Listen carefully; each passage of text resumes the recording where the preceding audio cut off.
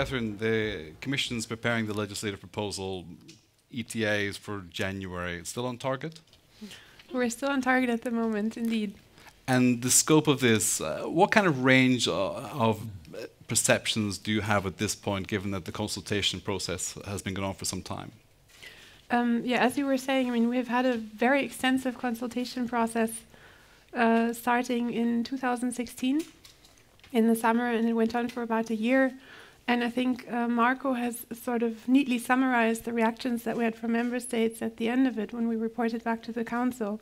We set out a sort of catalogue of options for the member states to consider that ranged from a number of practical measures that include training, a centralized platform within the EU for judicial cooperation, standardization of forms, streamlining of procedures that would help basically everyone work better within the existing system.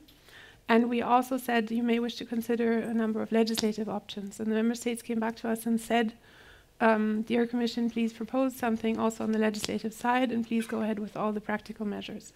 And that proposal is what we're working on right now, as you were saying, ETA January, so I cannot really go into many details here yet. But I think Marco has highlighted the problem that we're seeking to address, which is that while the internet is global for all of us, and we don't really care or even know where our data is stored, that's very different when you look at it from a law enforcement perspective today.